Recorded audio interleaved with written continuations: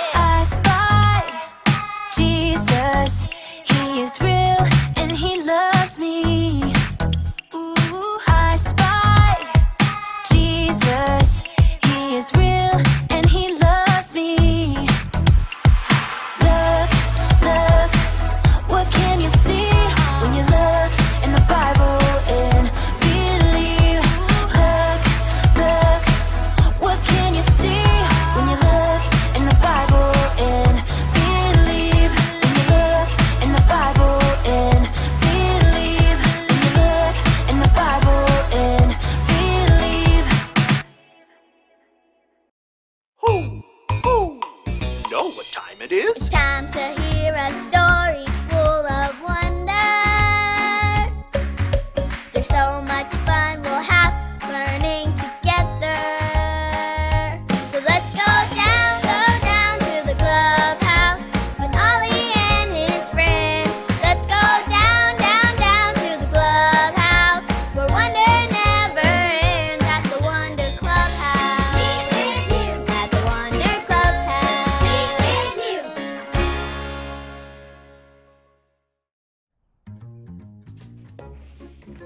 purple? I like purple.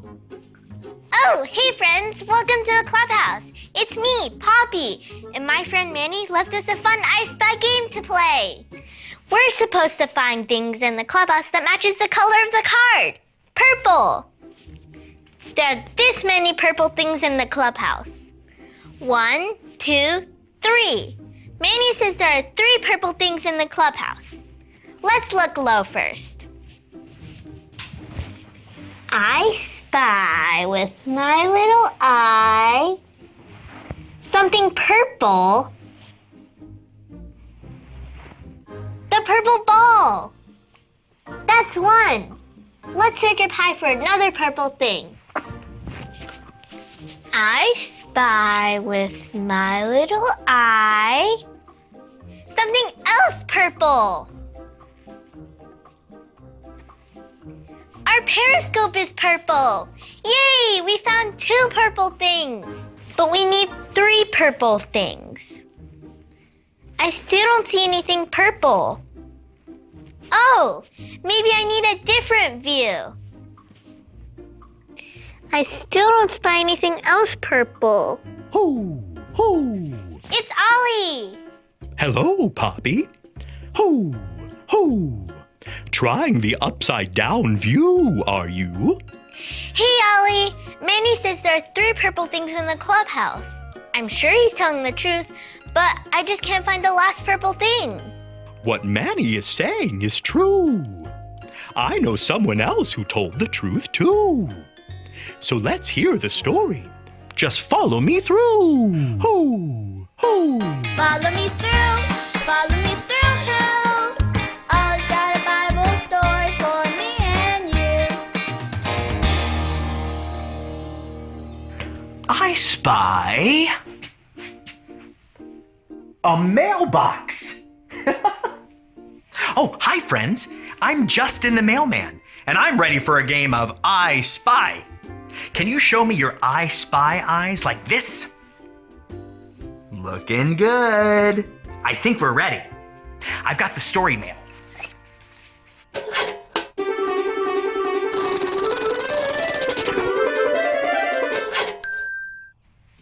Our true story is about a man named Paul.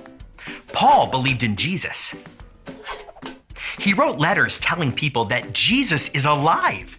Some of those letters are right here in the Bible. Paul also traveled to cities to tell people Jesus is alive. One of those cities was called Rome. Rome was a big, beautiful city, and lots of people lived there. Do you see a big, beautiful city with lots of people? Look with me. I spy with my little eye a big, beautiful city with lots of people. The people in Rome were very smart, and they liked to talk about important things. So while Paul was in Rome, he talked with the people about Jesus. Paul knew that nothing is more important than Jesus. Lots and lots of people came to hear what Paul had to say about Jesus. He would start talking about Jesus when the sun came up early in the morning. Do you see the sun coming up? Help me look for it. I spy with my little eye the morning sun. And Paul would keep talking about Jesus until the sun went down and the moon came up late at night. Do you see the moon? Help me look for it. I spy with my little eye the moon. Paul told the people that Jesus is telling the truth. Jesus is telling the truth when he says he's God's son. Jesus is telling the truth when he says if you believe in him, you will be his friend forever. Jesus is telling the truth when he says he loves us and will never leave us. Everything Jesus says is the truth, so we can believe him. Do you see someone who tells the truth? I spy with my little eye Jesus. Many of the people who heard what Paul said about Jesus believed in Jesus and decided to follow him. And because Jesus tells the truth, we can believe in him too.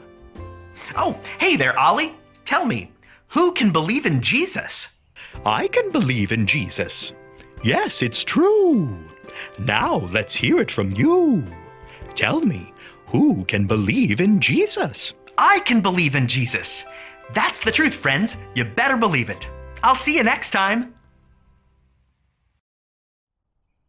So there's your story, and it's all true. Jesus tells the truth, and that we can believe Jesus too. Thanks, Ollie. Goodbye to you. Hoo, hoo. Wow, everything Jesus says is true, and we can believe it. I think I got the story. Did you get it? If you did, say got it. Get it? Got it! Good! I believe Manny's telling the truth, so I'm going to keep looking for the third purple thing. Can you help me? Oh, the C in our clubhouse sign is purple. We found all three. Well, see you next time. Bye.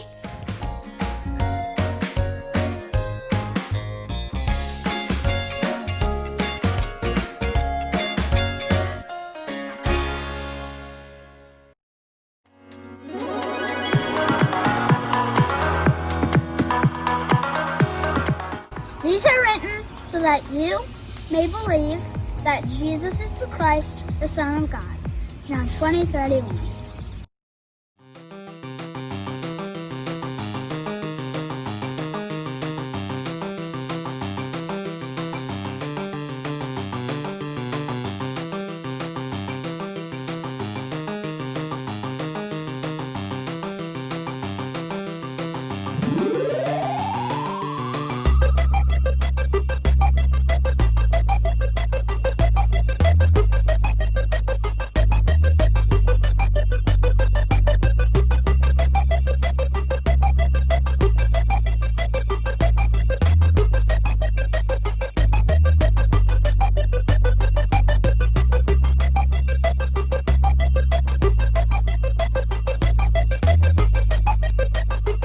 When the drum beats go like this.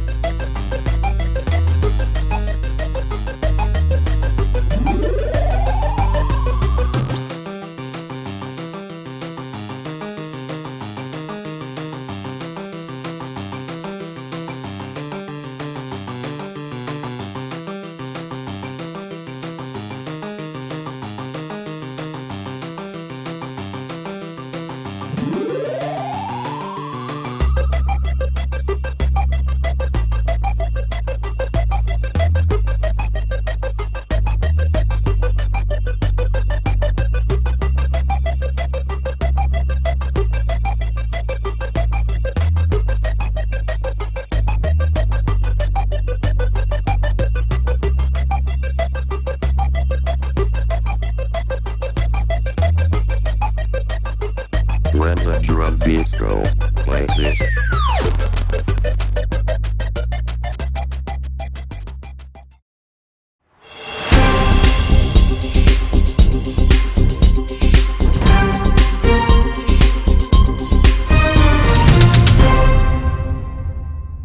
My name is Naomi, and this is my gerbil Bob, the little white guy over there. What does Bob like to eat? Kale, carrots, blueberries, and practically everything. He once ate poop. He once ate his own poop. What does Bob like to do for fun? Run on his wheel, hide in a haystack, hide in the barn, and naturally jump on top of the water bottle and try to run out. What's your favorite thing about Bob? That he's cute. And that he eats pretty loud. Bye.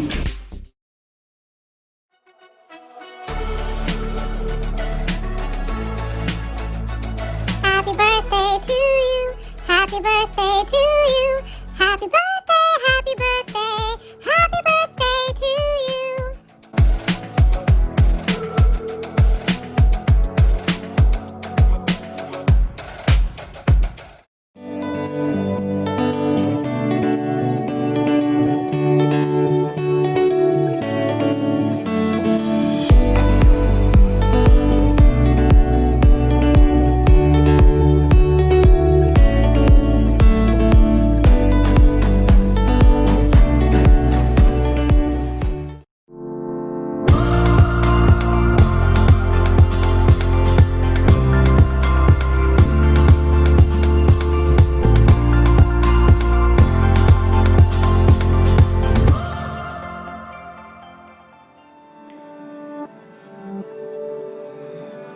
Dear God, I'm Alex, and this is my new journal.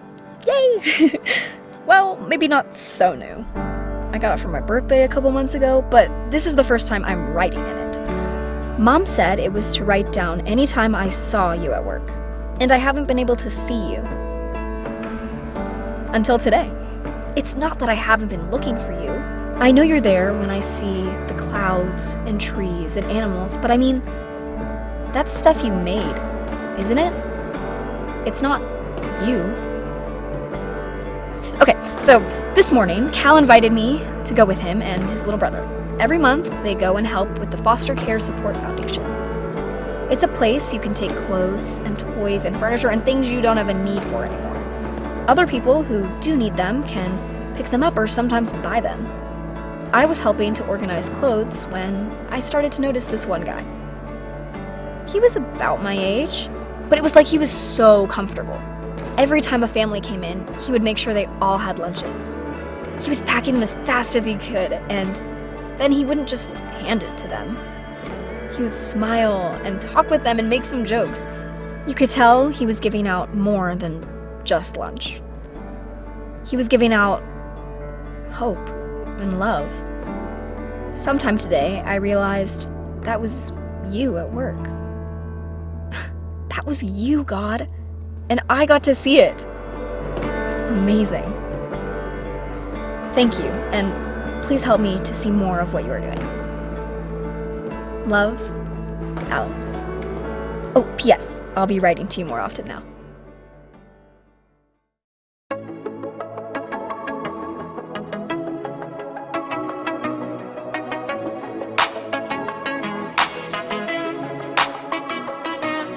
Sometimes the road ahead can be so rough. You are the reason why I don't give up. 'Cause even when it's hard to see, I still believe. So I'm gonna trust your love no matter what. Gonna live my life for you, live my life for you. Whenever I'm walking, talking, everything I say and do. Gonna live my life for you, live my life for you. Wherever I'm going, you are going with me too. Gonna live my life for you. Gonna live my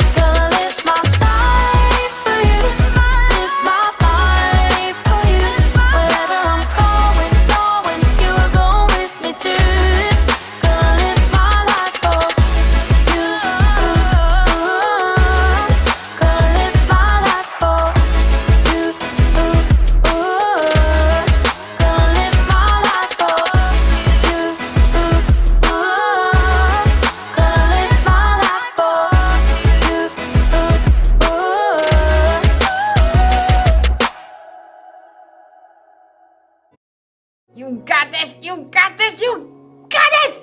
You have got this!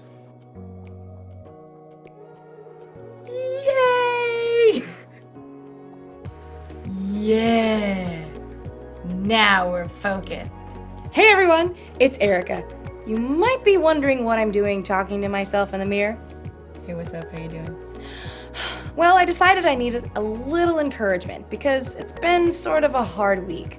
You see, a few days ago, my aunt was stuck at home with a broken leg. So I took some soup to her house, but then her dog peed on my shoe. And then I slipped and spilled the soup all over the place. And then the next day, I was walking home from the library and a car drove through a puddle next to me and splashed water all over me and all over my library book. Are you kidding me? Then, yesterday, I tripped over a sleeping cat and I fell into a prickly rose bush. Ow, ow. So, it's been one of those weeks. And I'm trying to encourage myself to have a better day. But it's going to take faith. Faith is trusting in what you can't see because of what you can see. So even though I still have a few scratches from yesterday's catastrophe, I have faith that today will be better. See? It's better already! Today's story is all about some people who are having a bad week. Actually, several weeks. And okay, maybe they had bigger problems than spilled soup, a wet library book, and a thorny rose bush. But my week was still pretty bad. I'll see you when the storm passes. That'll make sense after the story. The Bible. It's 66 books of history, stories, letters, and poetry that fit together to form God's one big story. The epic adventure of how He created us and loves us so much that He made a way to rescue us. As we travel through the Bible, from Genesis to Revelation, we discover people who met God and found their lives changed forever. Now, for an amazing story, inspired by the book of Acts, chapters 27 and 28. Paul faced many difficult days because he taught so boldly about Jesus. He was beaten, made fun of, thrown into jail, and run out of town. At last, in Jerusalem, Paul was arrested by Roman soldiers after a mob tried to kill him. He speaks against our law! Get rid of that guy! Paul paced in his prison cell. The Lord stood next to him. Be brave. You have told people about me in Jerusalem. You must do the same in Rome. Because a group of Jews were plotting to kill him, Paul was taken to the governor in Caesarea. From there, he was ordered to Rome to stand trial before Caesar. Then, he was handed off to a Roman commander for the sea journey. I am Julius of the Imperial Guard. I am very imperious, but also a reasonable human being. Glad to hear it. Julius allowed Paul to visit with friends as they stopped at the port city of Sidon. From there, they sailed around Cyprus, transferred to a ship from Egypt, carrying grain to Italy. The ship fought against the wind for many days until they arrived in a town on the island of Crete called Fair Havens. It was already well into October, a risky time for sea travel. Men, I can see that our trip is going to be dangerous. The ship will be lost, and our own lives will be in danger. A reasonable concern. The pilot and ship's owner wanted to reach a better harbor for the winter. Pish posh. We can make it to Phoenix. Well... Feel that? Gentle southerly breeze. Perfection. We leave at once. Anchors away! But very soon, the gentle breeze transformed. Within a short time, the wind beat against the ship with the strength of a hurricane. The pilot gave up fighting the gale. Hoist the lifeboat! Secure ropes around the bow! Jettison the cargo! In the midst of the chaos, the Lord sent an angel to Paul. The next morning, Paul withstood the storm to encourage the crew and passengers. 276 people. First, not to say I told you so, but I told you so. Second, Not a problem. Last night an angel from God told me, "Do not be afraid, Paul. You must go on trial in front of Caesar. God has shown his grace by sparing the lives of all those sailing with you. But we must run the ship onto an island." On the 14th night of the storm, the sailors realized they were nearing land. The water's only 90 feet deep here. Drop the anchor! The crew was so afraid of crashing against the rocks that they lowered the lifeboats, planning to escape and leave the passengers. Julius, these men must stay with the ship. If they don't, you can't be saved. A reasonable request. Cut the ropes!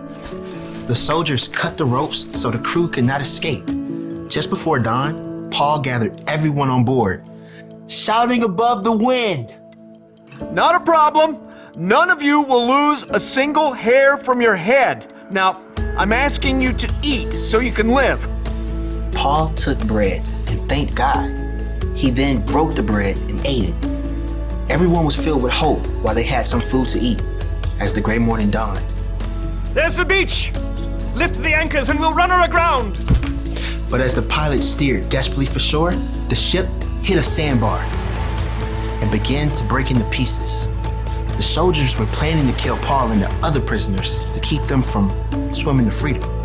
Stop! Don't hurt them! Paul must live! Everyone overboard! Swim to land or grab a piece of the wreckage! Miraculously, everyone made it to shore, just as God had promised. Welcome to Malta. The people of Malta were unusually kind as they built a fire to welcome this large group of wet and stranded visitors. I'll fetch some more firewood. Paul tossed sticks into the fire. Then, a deadly snake slithered out and sunk his teeth into Paul's hand. This man must be a murderer. The gods won't let him live. Not a problem. Totally fine. Paul simply shook the snake into the fire. When the people saw he was unharmed, they decided he was a god. Publius, a chief official, welcomed Paul and the others into his home. Take whatever you need. Paul discovered that Publius' father was very sick, so he prayed. "Jesus, please, heal this man." Publius' father was made well. All the sick people on the island flocked to see Paul, and they too were healed. Paul had so much respect on Malta that when it was time to leave, the people of Malta gave him all the supplies they needed. Bon voyage! At long last, Paul neared Rome. The believers had heard he was on his way and traveled to meet him. Welcome to Rome! I thank God for you all. In Rome, Paul was allowed to live in his own home, under guard. For 2 years, he welcomed anyone who came to see him. He told Jews and Gentiles alike the good news of Jesus, just as God promised he would. So, a shipwreck is probably worse than tripping on a cat, but a bad week is a bad week. And the important thing to realize is that we all have problems, and we all get to choose how we react to those problems. Paul chose to trust that God was with him no matter what he was going through. You see, Paul understood that God had a bigger plan. Ever since Paul came to know Jesus as God's son, he had devoted his life to telling others about Jesus. And Paul knew that no matter what problems he faced, they were worth it if it helped him spread the good news of Jesus to the world. So Paul didn't necessarily focus on the storm, the shipwreck, and the snake bite like they were problems. Instead, he trusted that God was leading him somewhere. He trusted that God had a plan. And Paul's not the only person who can change focus like that. We can too! When we hope and trust in Jesus, it can change how we look at our problems. That's the one thing to remember today. Knowing Jesus changes the way you see your problems. When you're having one of those weeks, or months, or years, or whenever we have a problem, sometimes the bad stuff is all we can focus on. But when you know that God has a plan and that Jesus is always with you, it can help take the focus off yourself and put your focus on Him. Whenever you're facing tough situations, remembering that God is with you can make it less hard or scary. So don't forget. God has got this. See you next time. Bye.